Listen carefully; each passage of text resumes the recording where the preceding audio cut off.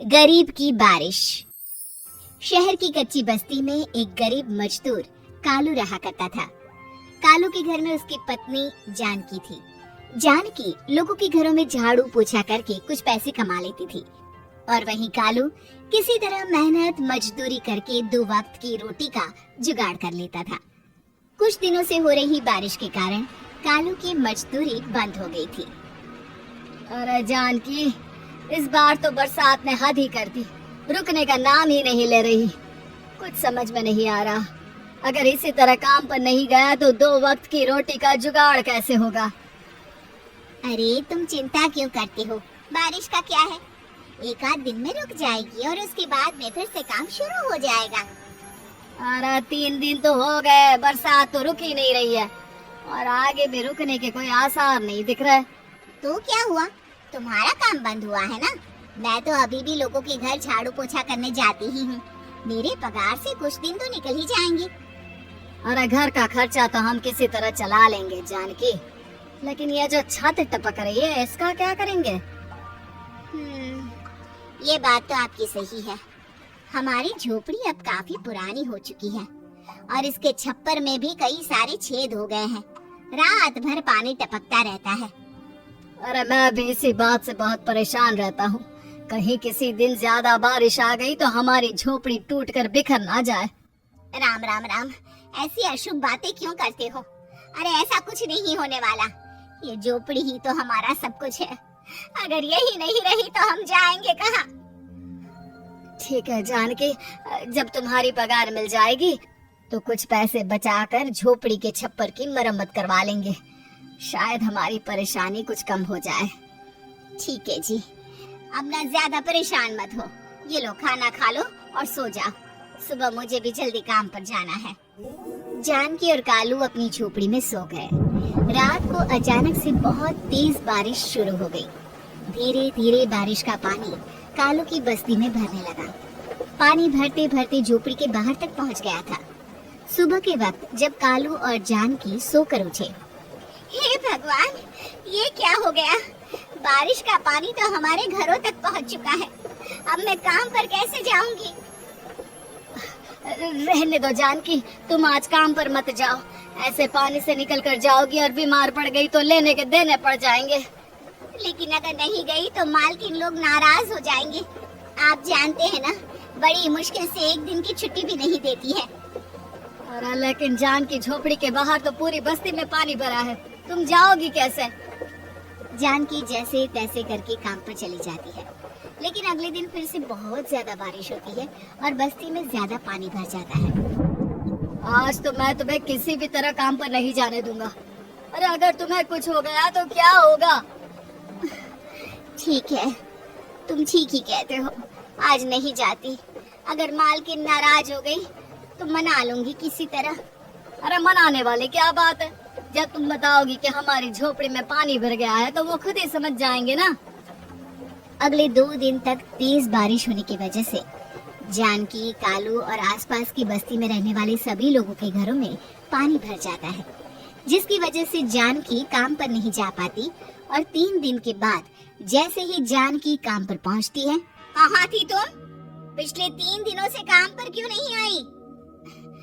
Ma'am साहब क्या बताऊं, इतनी ज्यादा बारिश हो रही थी, हमारी पूरी बस्ती में पानी भर गया है और उससे भी ज्यादा तो मेरी झोपड़ी के अंदर पानी भर गया। आप ही बताइए कैसे आती मैं? इसका मतलब ये हुआ कि बारिश होगी तो तुम काम पर नहीं आओगी? ना ना, मेरे कहने का ये मतलब नहीं था मेम साहब। तुम जानती भी हो 3 दिन से कितनी परेशानी हो रही है मुझे, सारा काम मुझे खुद करना पड़ा। माफ कर दीजिए मालकिन जी, पर मैं क्या करती, आने के लिए रास्ता ही नहीं था, सब जगह पानी भरा हुआ था। बहाने तो तुझे बहुत बनाने आते हैं।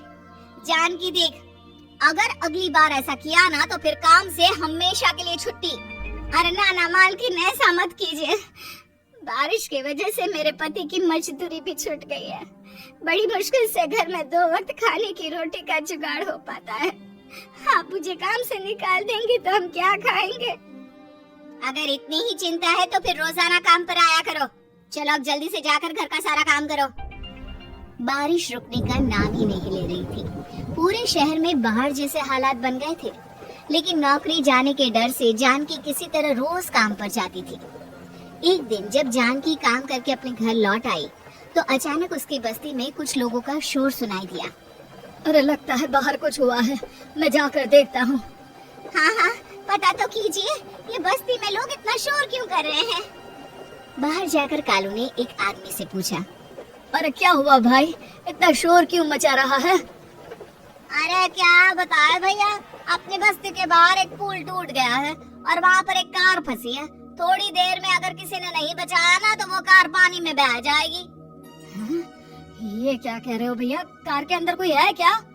हाँ, कोई औरत बैठी है अकेली है, बहुत रो रही है बेचारी, मदद के लिए बुला रही है। अरे तो हमें जाकर उनकी मदद करनी चाहिए ना। अरे लेकिन इसमें बहुत खतरा है, हमें अपने आप को बचाना चाहिए। पानी कभी भी हमारी बस्ती की तरफ आ सकता है। अरे तुम्हें नहीं चलना तो मत चलो, लेकिन मैं तो जाकर उस औरत की मदद जरूर करूंगा। कालू उस जगह पर पहुंचता है जहां वो औरत कार में फंसी हुई थी। वहां पर पानी का बहाव बहुत तेज था और सारा पानी कालू की बस्ती की तरफ ही आ रहा था। कालू ने एक बड़ी सी रस्सी को पेड़ से बांध दिया और दूसरे सिरे को कार की तरफ फेंक दिया और उस औरत को रस्सी के सहारे बाहर आने के लिए कहा। तभी वहां जानकी भी दौड़ती हुई आई। और ये तो मेरी मालकिन है, जिनके यहाँ मैं काम करने जाती हूँ। और मैडम जी, आप डरिएगा मत, आपको कुछ नहीं होगा। आपकी गाड़ी को भी मैंने रस्सी से बांध दिया है। थोड़ी देर में पानी का बहाव कम हो जाएगा, फिर हम आपकी कार को भी बाहर निकाल लेंगे। क्या तुम जानकी के पति हो? हाँ हाँ, जानकी मेरी ही पत्नी है, आपके यहाँ काम करती है ना। लेकिन मेम साहब, आप यहाँ पानी में कैसे फंस गई? अब क्या बताऊं, मैं अपनी सहेलियों के साथ पिकनिक पर गई थी, वहीं से लौट रही थी।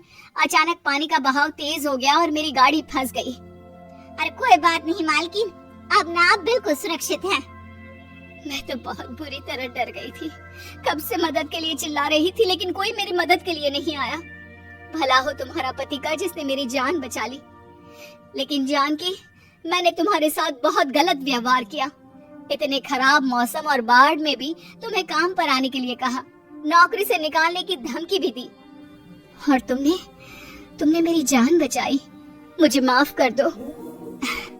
अरे कोई बात नहीं मालकिन, आपकी जान बचाना तो हमारा धर्म था। देखो जानकी, तुम्हारी झोपड़ी में जो भी नुकसान हुआ है उसके लिए मैं तुम्हें पैसे दूंगी। आज तुम्हारे पति ने मेरी जान बचाई है और आज के बाद मैं तुम्हें कभी भी नौकरी से निकालने की धमकी नहीं दूंगी। आज मैं तुम्हारी परेशानी को अच्छी तरह समझ चुकी हूँ। हम जैसे पैसे वाले लोगों के लिए अपने घर में बैठकर बारिश का मजा लेना बहुत आसान है, लेकिन तुम गरीब लोगों के लिए बाढ़ और बारिश काफी परेशानी खड़ी कर देते हैं। ये बात मुझे आज अच्छी तरह समझ आ गई है। आपका बहुत बहुत धन्यवाद मालकिन।